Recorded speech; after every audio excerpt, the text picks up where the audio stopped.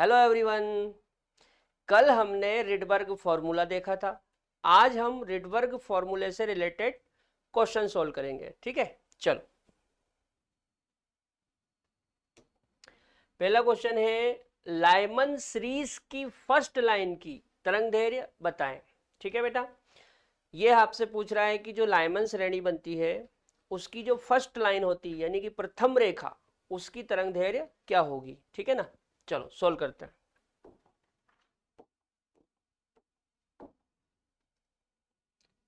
सबसे पहले तो आप ये समझो कि लाइमन की फर्स्ट लाइन कैसे बनती है। तो मान लो n बराबर ये 1 है और n बराबर ये 2 है। ठीक है, अच्छा, मान लो कोई इलेक्ट्रॉन 2 से 1 में आता है। ठीक है, कोई इलेक्ट्रॉन कहाँ से आता है, 2 से 1 में। तो ये लाइमन की फर्स्ट लाइन बनती है। क्या बनती है, लाइमन की फर्स्ट लाइन। तो first line of Lyman series. अच्छा, शॉर्ट में लिख दे इसको, first line of Lyman series. ठीक है बेटा, जब कोई इलेक्ट्रॉन दूसरी कक्षा से पहली कक्षा में आता है तो लाइमन श्रेणी की पहली लाइन बनती है। ठीक है, यानी कि यहां पर मैं लिख सकता हूं कि जो N2 है वो 2 है और जो N1 है वो 1 है। इतना क्लियर है। चलो, अब कल हमने फॉर्मूला देखा था, रिडबर्ग फॉर्मूला। बताओ क्या होता है Rydberg formula. Nu bar equal to 1/λ equal to RZ square और ब्रैकेट के अंदर 1/N1 का स्क्वायर माइनस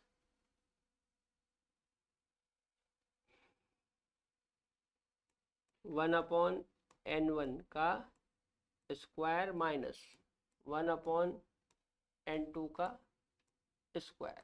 ठीक है, इसको बोलते हैं बेटा रिडबर्ग फॉर्मूला, रिडबर्ग सूत्र। ठीक है, अब इस सूत्र में मेरे को कैलकुलेट क्या करना है, तो इस सूत्र में मेरे को लैम्डा कैलकुलेट करना है यानी कि तरंग दैर्घ्य। तो इस न्यू बार को छोड़ दो, हम यहां से आगे बढ़ा लेते हैं। 1/λ equal to R into hydrogen के लिए जेड कितना होता है 1। ठीक, देखो कुछ नहीं बताया जाए मतलब हमको हाइड्रोजन स्पेक्ट्रम मानना है। ठीक है ना, चूंकि स्पेक्ट्रम हाइड्रोजन का भी होता है, हीलियम का भी होता है, लिथियम का भी होता है। समझ में आ रही बात। तो यदि कुछ ना बोले तो हमको यही मानना है कि हाइड्रोजन स्पेक्ट्रम के बारे में बात चल रही है। ठीक है, और हाइड्रोजन का एटॉमिक नंबर कितना होता है 1, तो 1 ले लिया।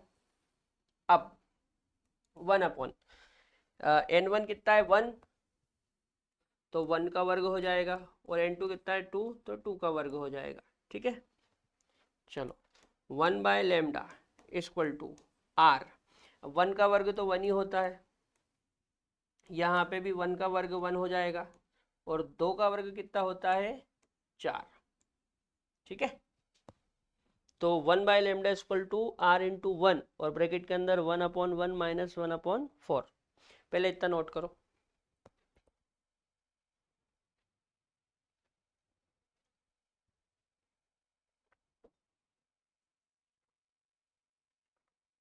चलो आगे देखते हैं।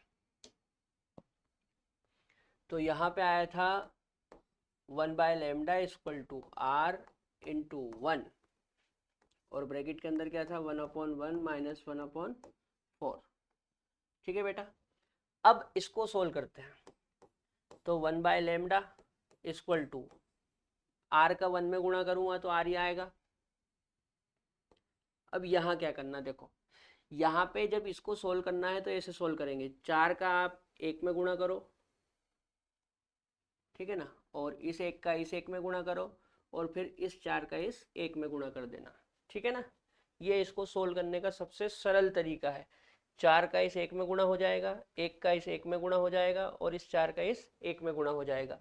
तो ये आ जाएगा, देखो 4 का 1 में करेंगे 4 माइनस 1 का 1 में करेंगे 1 ठीक है, और वापस 4 का 1 में करोगे तो 4, ठीक है ना। अब 1/λ इक्वल टू r इंटू, अब देखो 4 में से 1 जाएगा तो 3/4, ठीक है ना। तो फाइनली क्या आया, 1/λ इक्वल टू r इंटू 3/4। लेकिन तरंग दैर्घ्य तो लैम्डा होती है, हम लैम्डा को तरंग दैर्घ्य बोलते हैं, ठीक है ना। मतलब मेरे को लैम्डा चाहिए, ये तो 1/λ है, तो क्या करें, इसको पलट दो, ठीक है ना। तो मैं यहाँ पे लिख देता हूँ समीकरण 1, इसी को हमने समीकरण 1 नाम दिया है। समीकरण 1 को पलटने पर, ठीक है, जब मैं इस समीकरण 1 को पलट दूंगा तो क्या होगा, देखो जब इसको पलटूंगा तो लैम्डा ऊपर पहुंच जाएगा और 1 कहाँ जाएगा, नीचे। तो ये हो गया λ/1 बराबर, इसको पलटेंगे तो r कहाँ जाएगा, नीचे, और 4 पहुंच जाएगा ऊपर और 3 आ जाएगा नीचे, ठीक है बेटा। अब बात को समझो, जब मैं 1 का लैम्डा में भाग दूंगा तो लैम्डा ही आएगा, ठीक है। अच्छा, ये जो 1/r है इसकी वैल्यू मैंने कल आपको बताई थी, 1/r की वैल्यू होती है 912 एंगस्ट्रॉम। तो इस 1/r की जगह मैं क्या लिख सकता हूं, 912 एंगस्ट्रॉम इनटू, अब ये 4/3, 4/3, ठीक है। अब ऐसा करो, पहले इस 3 से इस 912 को काटो तो कितनी बार जाएगा, 3 तिया 9, और फिर 1 में नहीं जाएगा 0, और 3 चुक 12, मतलब 304 इंटू 4 का मल्टीप्लाई, और ये आएगा एंगस्ट्रॉम में, ठीक है।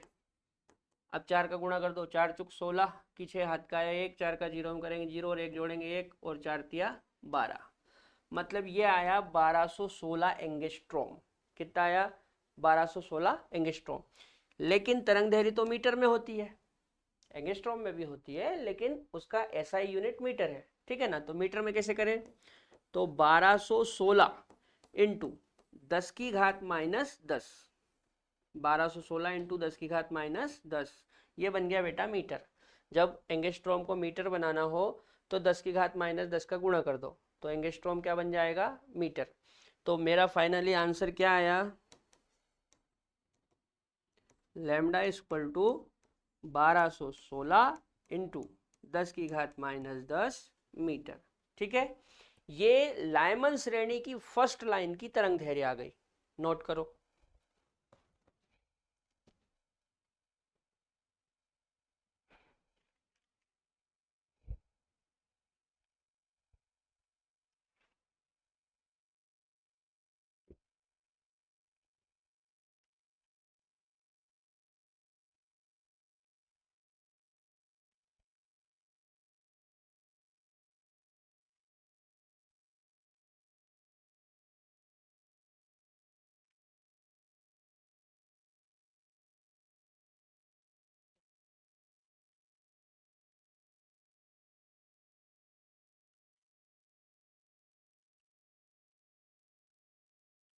ठीक है, चलो अगला सवाल देखते हैं।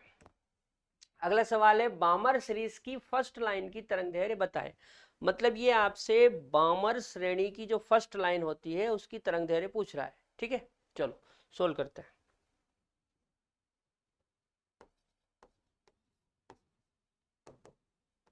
सबसे पहले तो देखो, बामर में जितनी भी लाइंस बनती है वो n बराबर 2 में बनती है, यानी कि n बराबर 2 में आती है, कहने का मतलब ये है मेरा, है ना। बामर श्रेणी की जितनी भी लाइन बनती है वो सारी की सारी n बराबर 2 में आती है, चाहे कहीं से भी आए, लेकिन आती कहाँ पे है, n बराबर 2 में, ठीक है। तो n बराबर 2, अब इसके ऊपर क्या होता है, तो इसके ऊपर होता है 3, ठीक है। अब मान लो कोई इलेक्ट्रॉन यदि 3 से 2 में आए, कोई इलेक्ट्रॉन कहां से आए, 3 से 2 में, तो ये बनेगी बेटा लाइमन सीरीज की फर्स्ट, सॉरी बामर सीरीज की फर्स्ट लाइन। तो मैं इसको बोलूंगा फर्स्ट लाइन ऑफ बामर सीरीज, ठीक है, फर्स्ट लाइन ऑफ बामर सीरीज। अच्छा, यदि वो बोलता कि दूसरी लाइन, तो दूसरी लाइन कहां से आती, 4 से। वो बोलता है तीसरी लाइन, तो तीसरी लाइन कहां से आती है, 5 से। ऐसे करेंगे, ठीक है। अब यहां पर बेटा n2 क्या हो जाएगा, तो n2 हो जाएगा 3 और n1 क्या हो जाएगा 2। ठीक है ना, मैंने पहले भी बताया था कि n2 क्या होता है, वो सेल जहां से इलेक्ट्रॉन आता है, और n1 क्या हो जाएगा, वो सेल जहां से इलेक्ट्रॉन, सॉरी, जहां पे इलेक्ट्रॉन आया है। अच्छा, अब फॉर्मूला लगाओ। तो फॉर्मूला होता है nu bar equal to 1/λ equal to RZ² 1/n1 का स्क्वायर माइनस 1/n2 का स्क्वायर। ठीक है। अच्छा, अब मेरे को तो ये लैम्डा बताना है, तो अपन यहां से चालू कर दो इसको। 1/λ equal to R into Z, एक हो जाएगा हाइड्रोजन के लिए। ठीक है, और यहाँ पे n1 कितना हो जाएगा 2 और n2 कितना हो जाएगा 3। ठीक है बेटा, ये n1 कितना हो जाएगा 2 और n2 कितना हो जाएगा 3। चलो, अब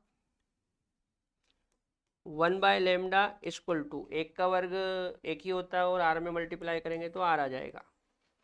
यहाँ पे 2 का वर्ग 4 आएगा और 3 का वर्ग 9 आएगा। ठीक है, पहले इतना नोट करो।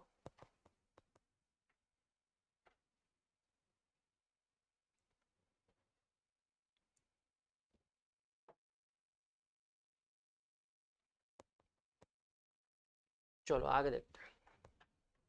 तो फाइनली आया हमारा 1/λ इक्वल टू R 1/4 माइनस 1/9। ठीक है बेटा, यही आया था ना, 1/4 और 1/9। चलो, अब 1/λ इक्वल टू R, सुनो बात को, इसको सोल्व करना है तो क्या करो, क्रॉस गुणा। 9 का 1 में, 4 का 1 में और 9 का 4 में, ये इसको सोल्व करने का सबसे सरल तरीका है। ठीक है ना, 9 का 1 में करोगे तो 9, 4 का 1 में करोगे 4 और 9 का 4 में करोगे तो 36। ठीक है, चलो 1/λ इक्वल टू R इंटू 9 में से 4 जाएगा तो 5/36। ठीक है, इसको मैं नाम दे देता हूं 1। अब बात को समझना, ये 1/λ है और तरंग दैर्घ्य क्या होती है, लैम्डा। तो मेरे को लैम्डा चाहिए, तो लैम्डा लाने के लिए इसको क्या करो, पलट दो। ठीक है ना, तो समीकरण 1 को पलटने पर,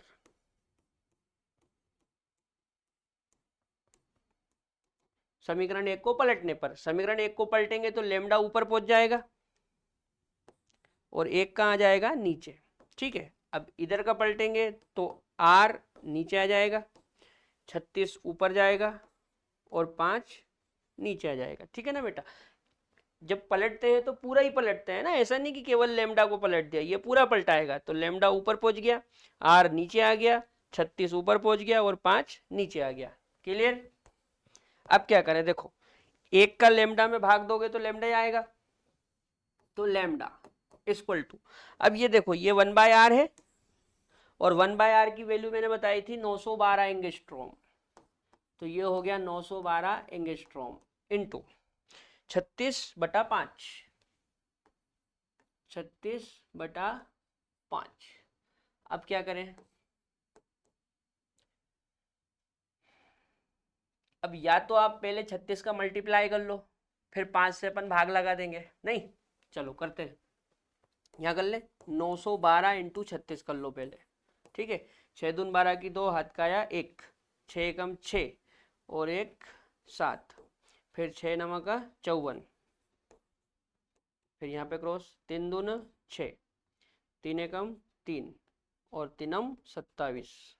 ठीक है, एक बार फिर से देखें, 6 दून 12 की 2, हाथ का आया 1, 6 एकम 6 और 1 7 और 6 नम 54, 3 दून 6, 3 एकम 3 और 3 27। ठीक है, अब 2 का 2, 7 से कितना हो जाएगा 13, 13 की 3 हाथ का आया 1, 4 3 7 और 1 8, 7 5 12, 12 की 2 हाथ का आया 1, 2 और 1 3। फिर से देखें 2 6 और 7 13, 13 की 3 हाथ का आया 1, 4 3 7 और 1 8, 7 5 12 की 2 हाथ का आया 1, 2 और 1 3। ठीक है, तो ये आया बेटा 32 83 2, 32 83 2। अब बटे में क्या आ गया 5, ये एंगस्ट्रॉम में आया है ना, काय में आया एंगस्ट्रॉम में। अब ऐसा करते हैं, इसमें 5 का भाग लगाते हैं। ठीक है, 5 का भाग लगाते हैं। चलो तो पहले इसको लिख लेते हैं अपन, लेमडा इक्वल टू देखो 32 83 2, इसमें 5 का भाग लगाते हैं। ठीक है, तो ऐसा करो, ये मान लो आप 32 है ना, अभी 5 छक 30, 32 में से 30 जाएगा 2, अब इस 8 को नीचे उतारो, ये हो गया 28 है ना। अब 5 25, 28 में से 25 जाएगा तो कितना बचेगा 3। ठीक है ना, 28 में से 25 जाएगा तो कितना बचेगा 3।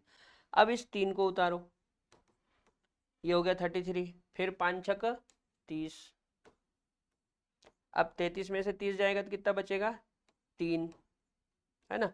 अब इस 2 को उतार लो तो 32 हो गया, 5 छक फिर से 30, अब 32 में से 30 जाएगा तो कितना बचेगा 2। अब पॉइंट लगा के यहाँ पे 0 उतार लेंगे, तो ये हो जाएगा 5 चुक 20, मतलब कितना आया, ये आया 65 66,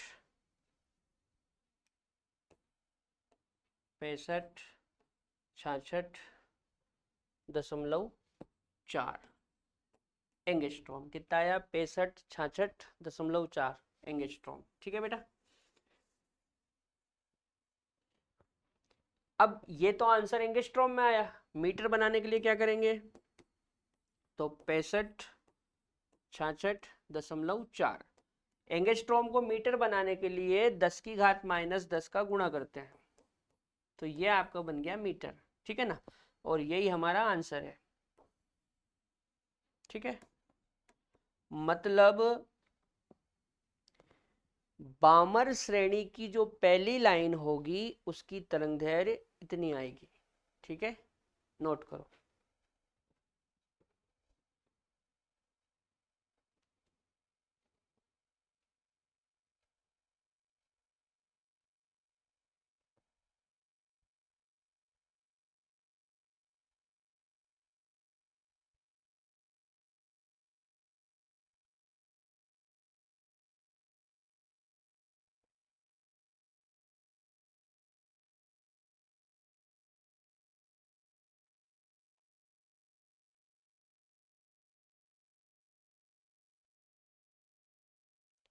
ठीक है बेटा, चलो अगला सवाल देखते हैं। अगला सवाल है, लाइमैन सीरीज की सीमांत रेखा की तरंगदैर्घ्य, तरंग संख्या तथा आवृत्ति बताएं। ठीक है, यहाँ पे ये बोल रहा है कि जो लाइमैन श्रेणी है उसकी जो सीमांत रेखा होती है यानी कि लिमिटिंग लाइन, उसकी आपको तरंगदैर्घ्य, तरंग संख्या और आवृत्ति बतानी है। चलो सोल्व करते हैं।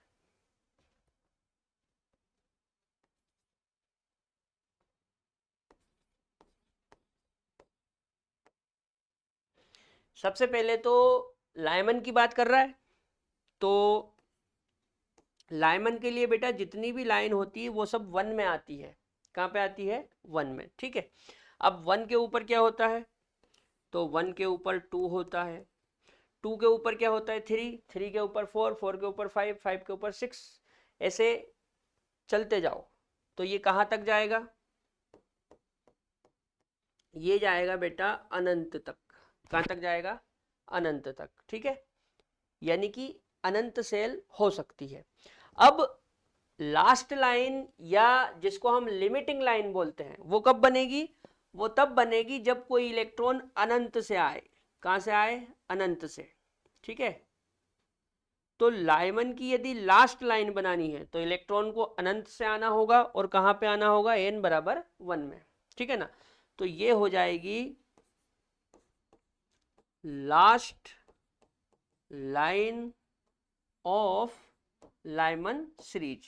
ठीक है बेटा, अनंत से जो आती है वो लास्ट लाइन होती है, और जो लास्ट लाइन होती है उसी को हम लिमिटिंग लाइन या सीमांत रेखा बोलते हैं। क्लियर? तो यहां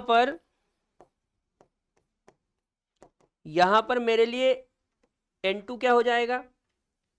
अनंत। ठीक है, और n1 क्या हो जाएगा? 1। ठीक, अब सोल्व करते हैं। तो रिडबर्ग फॉर्मूला क्या होता है? बोलो। Nu bar equal to 1/λ equal to R Z square 1/n1 का स्क्वायर माइनस 1/n2 का स्क्वायर।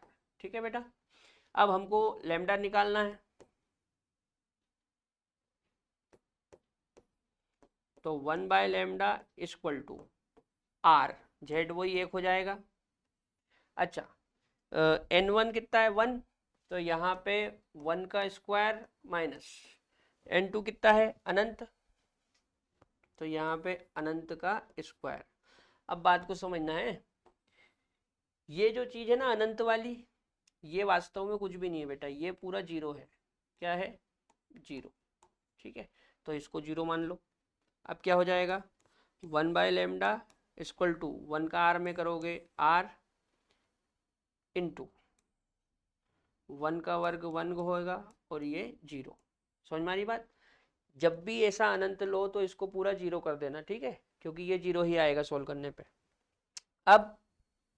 अब फाइनली 1/λ इक्वल टू ये 1/1 1 होगा, 1 में से जीरो जाएगा 1, और 1 का आर में मल्टीप्लाई करोगे तो फाइनली क्या आएगा? आर। मतलब लाइमन श्रेणी की जो लास्ट लाइन है, ठीक है ना, उसके लिए 1/λ इक्वल टू आर आएगा। अब इसको आगे सोल्व करते हैं। तो मेरे पास 1/λ इक्वल टू कितना आया? आर। इसको मैं नाम दे देता हूं समीकरण 1। लेकिन हमको तो लैम्डा चाहिए, क्योंकि लैम्डा को तरंग दैर्घ्य बोलते हैं। तो पलट दो इसको, है ना। तो समीकरण 1 को पलटने पर, तो पलटोगे तो लैम्डा ऊपर पहुंच जाएगा और आर कहाँ आ जाएगा? नीचे। ठीक है, ये बनेगा। अब 1/r का मान कितना होता है? 912 एंगस्ट्रोम। ठीक है बेटा, यानी कि लाइमन श्रेणी की जो लास्ट लाइन है, लिमिटिंग लाइन या सीमांत रेखा, उसकी तरंग दैर्घ्य कितनी आएगी? 912 एंगस्ट्रोम। मीटर में कितना होगा? तो मीटर में हो जाएगा 912 इंटू 10⁻⁻10 मीटर। ठीक है बेटा, ये आ गई तरंग दैर्घ्य। और क्या पूछा था? और पूछा था उसने तरंग संख्या। तो तरंग दैर्घ्य और तरंग संख्या में क्या संबंध होता है?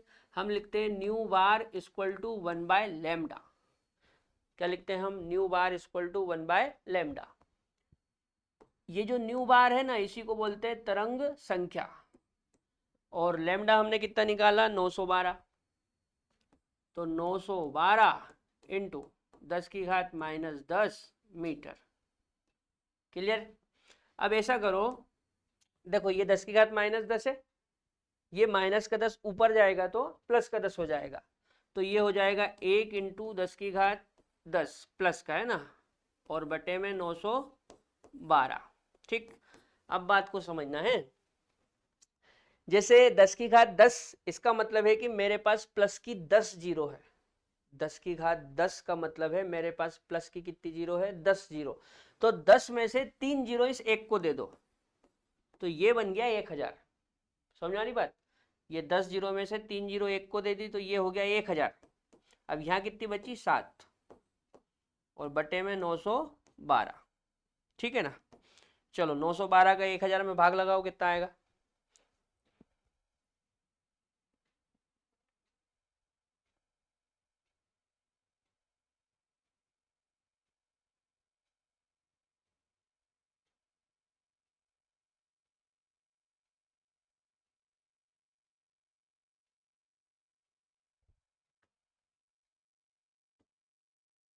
करा? 912 का 1000 में भाग लगाओगे तो मेरे हिसाब से ये लगभग लगभग आएगा 1.09 इंटू 10⁻7। और ये देखो ये मीटर नीचे है, नीचे से ऊपर जाएगा तो ये मीटर इनवर्स हो जाएगा, है ना।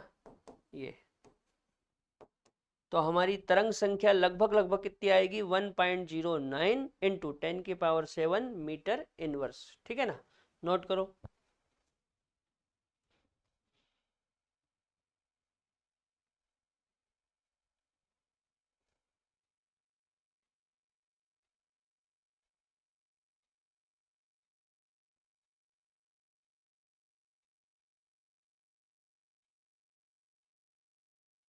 चलो कर लिया।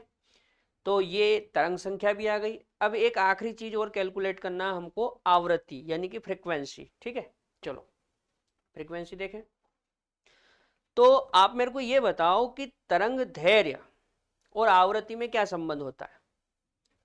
देखो तरंग दैर्घ्य किसको बोलते हैं, न्यू को। न्यू इक्वल टू होता है c by lambda. Nu equal to क्या होता है, सी बाय लैम्डा। ठीक है, ये पहले भी हम पढ़ चुके हैं। न्यू इक्वल टू होता है सी बाय लैम्डा। इसमें ये जो न्यू है ये आवृत्ति है, सी प्रकाश की चाल है और लैम्डा तरंग दैर्घ्य है। ठीक है, अब मेरे को आवृत्ति निकालनी है। अच्छा, सी कितना होता है, 3 × 10⁸ सी कितना होता है, 3 × 10⁸ मीटर पर सेकंड। ठीक है बेटा, जो प्रकाश की चाल होती है यानी कि स्पीड ऑफ लाइट, वो कितनी होती है, 3 × 10⁸ मीटर पर सेकंड। और हमने लैम्डा कितना निकाला, तो हमने लैम्डा अभी निकाला है, कितना निकाला था, 912 इंटू 10⁻−10 मीटर, यही था। चेक करो, ये लैम्डा कितना आया था, 912 इंटू 10⁻−10 मीटर। तो 912 इंटू 10⁻−10 मीटर। अब ध्यान से समझना है, इस मीटर से आपका ये मीटर कट जाएगा तो बचेगा क्या, 3 × 10⁸ है ना। और ये 912 इंटू 10⁻−10, और ये सेकंड बटे में है ना, तो ये ऐसा है, यूं ये इस प्रकार है। ठीक है, अच्छा अब ऐसा करते हैं, ये -10 को ऊपर लेके चलते हैं। तो 3 × 10⁸ और -10 ऊपर जाएगा तो ये हो जाएगा +10, और नीचे हो जाएगा 912। और ये सेकंड जब ऊपर जाएगा तो ये हो जाएगा सेकंड इनवर्स। ठीक, अब न्यू, इसको न्यू पढ़ते हैं, क्या पढ़ते हैं, nu. Nu equal to 3 into, देखो ये 8 भी प्लस का और 10 भी प्लस का, तो ये दोनों जुड़ जाएंगे। तो 8 और 10 कितना हो जाएगा, 18, 10⁻18 बटे में 912, और ये हो जाएगा इधर सेकंड इनवर्स। ठीक है ना, 912 3 और 10 8 18, और ये सेकंड इनवर्स। अब ऐसा करो, सुनो बात को, 10⁻18 का मतलब है कि मेरे पास 18 जीरो प्लस की है। 10⁻18 का मतलब मेरे पास कितनी जीरो है, 18 जीरो। ठीक है, प्लस की है। तो 18 में से 3 जीरो इस 3 को दे दो, 1 2 3 दे दी 3 जीरो। अब कितनी बची, 15, ये 15। ठीक है ना भाई, 15 बची ना, 3 इसको दे दी, 3 वापस मिला दोगे तो 18 हो जाएगी। क्लियर। अब क्या करें, अब ऐसा करो, इस 912 से इस 3000 में भाग लगाओ। सोल्व करके बताओ कितना आएगा, करो जल्दी।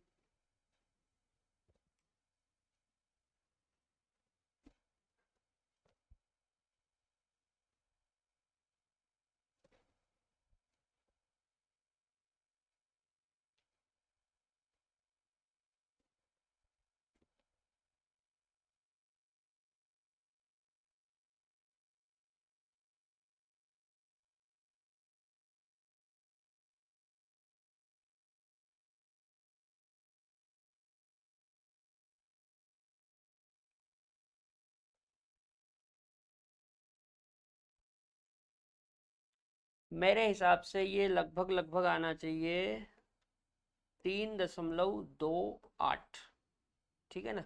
क्योंकि देखो ये 912 है और ये 3000 है, तो आप जैसे 9 का पहाड़ा पढ़ लो, तो 9 का 9, 9 दूना 18, 9 तिया 27, और ये 3000 है। समझ में आ रही बात। तो लगभग लगभग 3 आएगा, और उसके बाद पॉइंट लगा के 28 इंटू 10⁻15 सेकंड इनवर्स, ठीक है बेटा। तो हमारी जो आवृत्ति है न्यू, वो फाइनली कितनी हो जाएगी, 3.28 इंटू 10⁻15 सेकंड इनवर्स। एक बार चेक करें क्या। देखो nu equal to c by lambda होता है, क्लियर है। सी कितना है, 3 × 10⁸ मीटर पर सेकंड, और लेमडा हमने 912 निकाला था इंटू 10⁻−10 मीटर में, ठीक है। पावर चेक कर लेते हैं, माइनस का 10 ऊपर जाएगा, प्लस का 10, 10 और 8 कितना हो जाएगा 18, 18 में से 3 जीरो इसको दे दी तो बची कितनी 15, ठीक है। तो 15 ये आ गया, और 912 3, ठीक है, लगभग लगभग ये आएगा, ठीक है। तो नोट करो।